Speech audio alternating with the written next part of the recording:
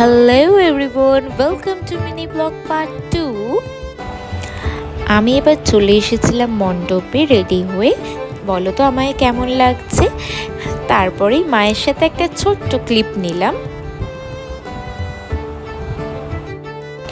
মণ্ডপে এবার সবাই চলে এসেছিল অঞ্জলি দেওয়ার জন্য, যেখানে ঠাকুরমশাই মন্ত্র পড়া শুরু করে দিয়েছে। অঞ্জলি হচ্ছিল, মায়ের পুজো হচ্ছিল, পুজো শুরু হয়ে গেছিল।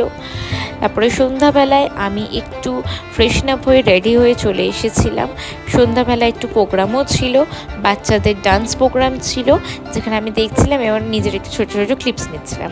নেক্সট ডেতে অষ্টমীতে মায়ের পুজো শুরু হয়ে যায় এবং মাকে ভোগ চড়ানো হয়। মায়ের ফল প্রসাদ, মিষ্টি প্রসাদ মাকে সবাই বিভিন্ন রকমভাবে ডালা সাজিয়ে দেয়, যেখানে মাকে শাড়ি, আলতা, সিঁদুর দিয়ে মাকে একদম ফুল দিয়ে সাজিয়ে তোলে।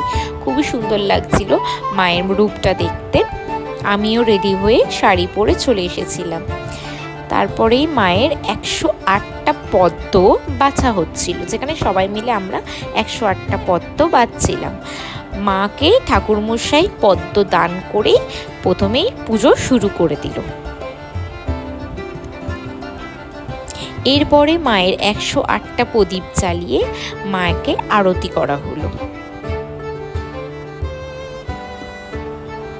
এইভাবেই জগদ্ধাত্রী পুজো আমাদের শেষ হলো।